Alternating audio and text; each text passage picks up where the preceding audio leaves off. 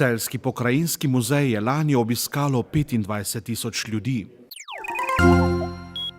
V muzeju novejše zgodovine predstavili fotomonografijo Vinka Skaleta. Z razstavo obudili spomin na rojakinjo Dorotejo Hauser. Slovenski rokometaši bodo na svetovnem prvenstvu igrali za bronasto odličje. Še zadnjič v tem delovnem tednu, drage gledalke, cenjeni gledalci televizije Celje, lepo pozdravljeni v naši informativni oddaji Dogodki dneva. Vodstvo Pokrajinskega muzeja Celje je na današnji novinarski konferenci predstavilo delovanje muzeja v lanskem letu ter načrte, ki so si jih zadali za letošnje leto. Zelo zadovoljni so tudi z lanskim obiskom, saj je njihov muzej lani obiskalo 25.000 ljudi. Še vedno so najbolj pogosto obiskane lokacije Celeja mesto pod mestom, pa razstava Grofje Celjski in kulturno-zgodovinska zbirka z znamenitim celjskim stropom v Stari grofiji. A leto 2016 je zaznamovala tudi vrsto dogodkov, na katere so v muzeju zelo ponosni. Prva je bila razstava slike na steklo. Muzej ima zelo bogato zbirko slik, ki danes mogoče malo so pogoste, včasih pa so bile te slike na steklo standardni del naših stanovanj. Tako imenovan bohkokot je brez take slike praktično skoraj ga ni bilo zraven. Druga razstava, kolega Jože Rataj, ki jo je postavil, kot sem že rekel, prikazal res izbor najboljših teh slik na steklo, obenem pa tudi prikaz tehnike slikane na steklo, ki danes počasi že izumira. Mi smo tudi imeli delavnico slikane na steklo zraven, ampak sem že rekel, malo je še mojstrov, ki znajo, ki to obvladajo. Druga taka razstava je bila Arma Christi s podnaslovom Vsak svoj križ nosi v velikonočnem času. Razstava, ki ni bila zgolj za verujoče, ampak tudi v bistvu so se lahko z njo poistovetili tudi neverujoči. V maju mesecu smo imeli dokaj odmevno razstavo ob 170-letnici prihoda Južne železnice. Bila je združena tudi z Dnevom slovenskih železnic. Razstava je bila panojska, odprtega tipa, stala je na Krekovem trgu. Smelo pa so zakorakali tudi v letošnje leto. Rozman je izpostavil razstavo Steklo na Celjskem. Najpomembnejše v bistvu, ko gremo, je razstava o steklo v celjski regiji. Steklo na Celjskem.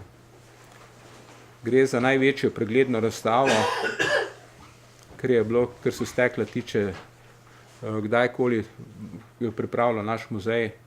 Imamo dokaj bogato zbirko steklenih predmetov, saj je navsezadnje tradicija steklarstva v teh naših krajih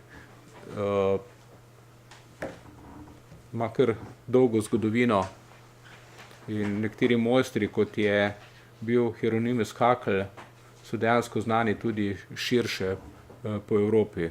V sodelovanju s Cankarjevim domom pripravljajo tudi obsežno razstavo o Almi M. Karlin. Pripravljajo pa se tudi na izdajo znanstvene monografije dr. Ivana Stoparja Slovenske vedute 19. stoletja. Pripravljajo tudi razstavo Celje skozi filatelijo z dodatnimi podnapisi, pa bodo opremili še nekatera razstavišča in tako muzej še bolj približali obiskovalcem. V Muzeju novejše zgodovine Celje so pripravili predstavitev fotomonografije Vinka Skaleta Korenine.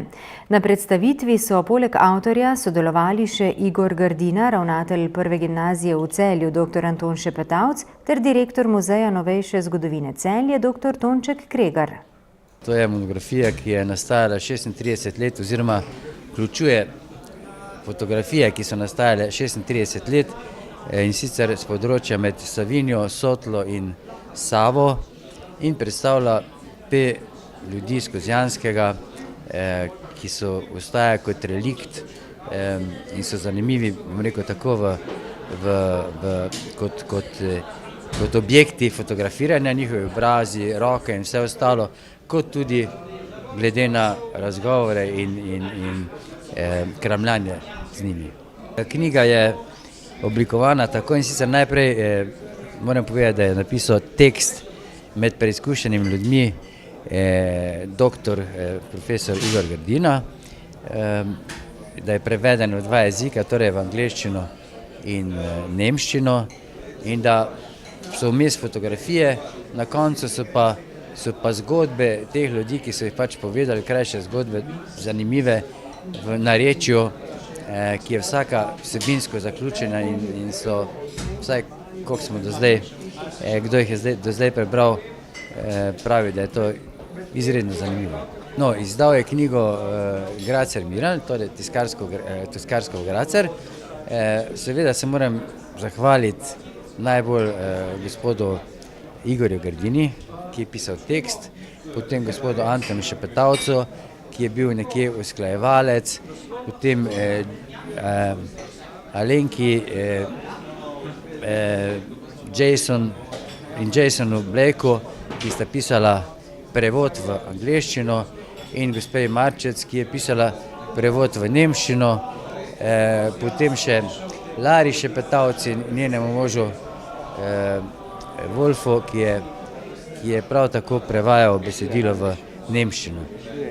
Zdaj še posebna zahvala gre pa seveda Iztoku Skoku, to je oblikovalcu monografije, predvsem za idejo na naslovnici, kjer je v bistvu, ki izgleda kot objektiv in je nekaj posebnega in v bistvu primami vsega, ki pač monografijo vidi. Januarja mineva obletnica smrti javnosti manj znane likovne umetnice Doroteje Hauser, ki je del življenja prebila v Vojniku oziroma v bližnjem Štalnerjevem hribu. Mednarodno pozornost zbuja zaradi njenih stvaritev v tehniki škarjereza. Javnost je njeno ustvarjanje začela spoznavati pred dobrim letom, ko je bila odprta razstava njenih del, zanimive poslikave pa so nastale tudi na tamkajšnji Keršovi ulici.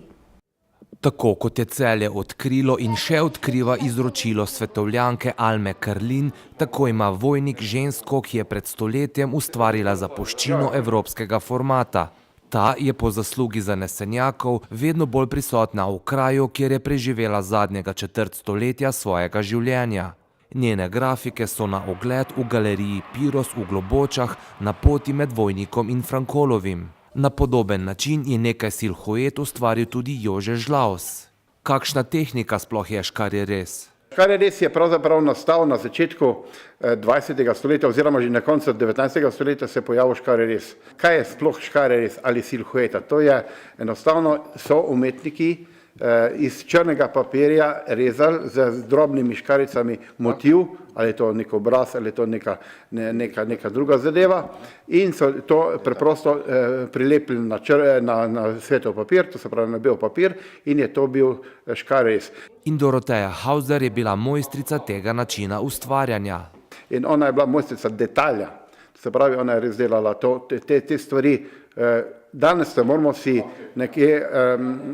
razumeti, na kak način je ta gospa Doroteja Hauser to delala, ker to pod lupo je to mogla verjetno delati, to so take perfekcije, to so take umetninice, da je to res umetnina evropskega formata. Žlaus je sodeloval tudi pri preslikavi tovrstnih podob na stene garaž v središču Vojnika. Lansko leto smo v Vojniku obeleževali 70. obletnico njene smrti in smo se v kraju na nek simboličen način z izvedbo teh poslikav poklonili spominu na slavno slikarko. Podobno akcijo načrtujejo tudi v letošnjem letu, ko bo polepšana Parmova ulica, k sodelovanju pa se bo priključila tudi osnovna šola. Priložnostno znamko kani izdati tudi Pošta Slovenije. Na občini so neke ideje o neki aleji vojniških teh kulturnikov, da tudi tam bo tudi verjetno dobila Doroteja Hauser svoje mesto.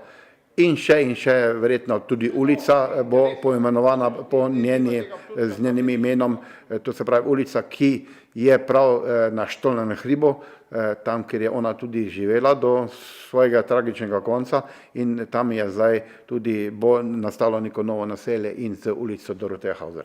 Dodajmo, da je Marko Zdovc pred kratkim pridobil eno od originalnih del Doroteje Hauser, ki je bilo na dražbi v Avstriji.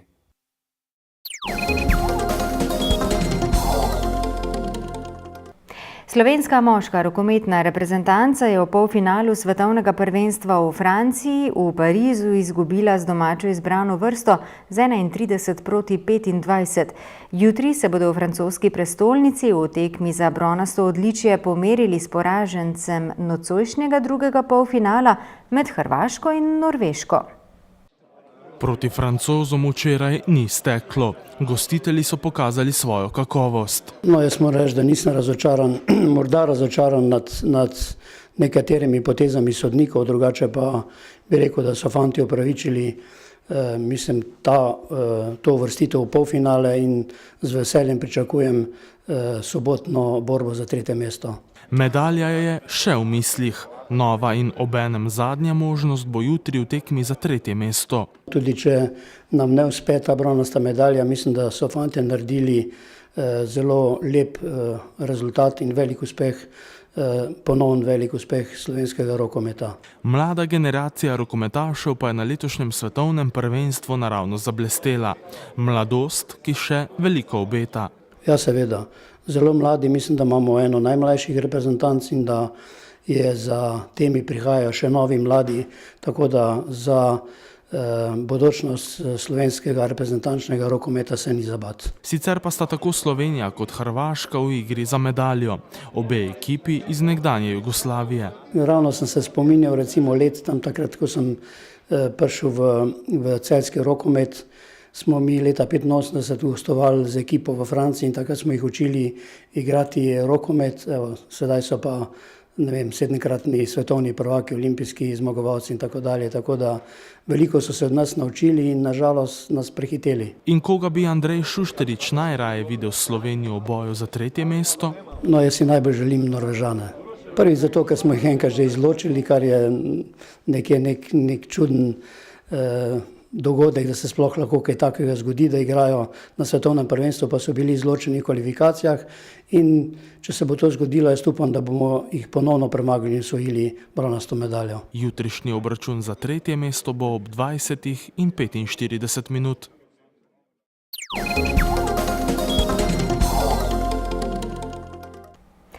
Jutri bo pretežno jasno, zjutraj in dopoldne bo po nižinah megla, ki se bo čez dan delno razkrojila.